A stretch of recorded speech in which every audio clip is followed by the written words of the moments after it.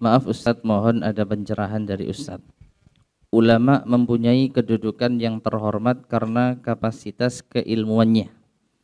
Yang kami tanyakan, syarat-syarat apa yang harus terpenuhi sehingga pantas disebut seorang ulama? Kalau seseorang ingin meraih gelar S1 harus lulus skripsi, S2 tesisnya, S3 disertasinya. Kalau ingin jadi seorang ulama, syarat-syarat apa yang harus dipenuhi? Masya Allah. Iya jamaah. Kalau kita lihat, kita ini di sebuah masa yang Abdullah bin Mas'ud itu pernah mengatakan, antum fi zamanin kathirun fuqaha'uhu qalilun khutaba'uhu. Ini ucapan Abdullah bin Mas'ud kepada para tabi'in.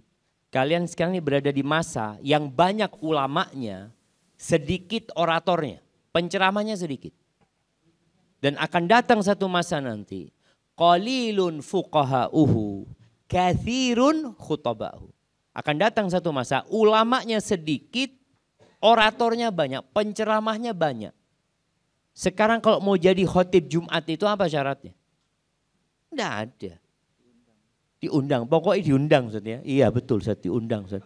Jangan tahu-tahu naik mimbarnya orang itu Ustaz ya. Syaratnya itu diundang. Tidak diundang tidak boleh. Walaupun pinter, walaupun alim ulama, tapi nggak diundang, nggak bisa naik mimbar gitu. Makanya kadang-kadang yang diundang itu adalah dokter ya. Yang diundang itu insinyur atau apa. Mereka berceramah. Dan ini sekarang masanya sudah tiba. Sehingga yang naik mimbar itu bukan orang yang mengerti ilmu.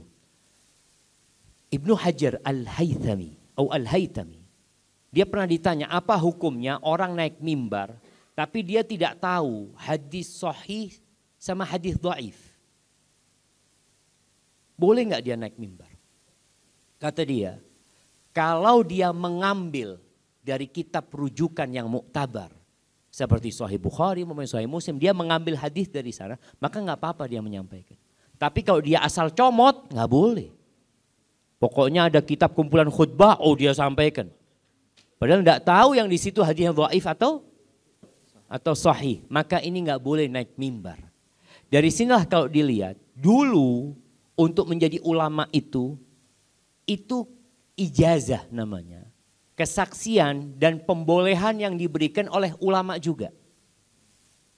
Jadi kan orang ini seperti Imam Syafi'i, seperti Imam Malik, dia itu belajar terus sampai ulama-ulama gurunya mengatakan engkau sudah pantas nih untuk ngajar. Jadi ada ijazah dari guru-guru mereka. Ini mungkin dengan cara itu orang bisa disebut ulama. Kalau skripsi ini anak-anak kadang-kala plagiasi, nyontek. Skripsi ini kadang-kala nyuruh orang garap. Iya, jangan skripsi, tesis, disertasi itu nggak bisa dijadikan sebuah sebuah syarat untuk jadi ulama. Sehingga kalau ada orang yang nggak mendapatkan gelar akademik, itu gelar akademik, bukan gelar ulama gitu. Jadi lebih kepada kesaksian dari guru-gurunya yang mengatakan fulan ini kayaknya sudah pantas untuk ngajar. Kalau syarat-syaratnya apa? Yang paling tidak tadi dia mengetahui hadis yang sahih dari hadis yang dhaif ya. Dia juga sudah kalau bicara apakah harus bahasa Arab, sebenarnya penting bahasa Arab ini jemaah, penting sekali. Ana ini sekarang mengajar beberapa buku terjemahan. Ada Sirah Nabawiyah, kemudian ada kitab Tauhid, Al-Aqidah. Itu kadangkala penerjemahnya salah menerjemahkan. Sehingga anak perbaiki, anak baca bahasa Arabnya sama baca bahasa Indonesianya gitu loh. Karena banyak penerjemah juga, penerjemah yang cari fulus. Maksudnya dia bekerja, dia menerjemahkan. Kalau orang yang amanah dia akan hati-hati.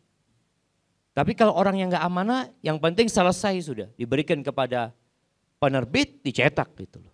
Seringkali ada banyak kesalahan yang harus diperbaiki. Atau kadang-kala penerjemahnya itu lupa menerjemahkan satu alinea. Kelupaan gitu loh. Sehingga orang yang baca terjemahan itu kadang-kadang kok enggak nyambung ya apa.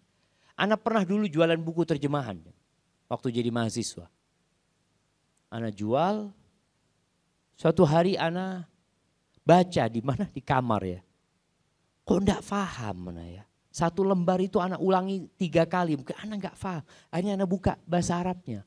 Ternyata memang ada salah terjemah gitu loh.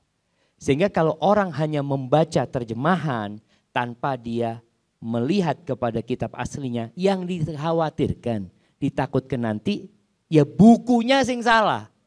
Akhirnya ustadznya menyampaikan mengikutin bukunya gitu loh. Jangan yang bahasa Indonesia, yang bahasa Arab.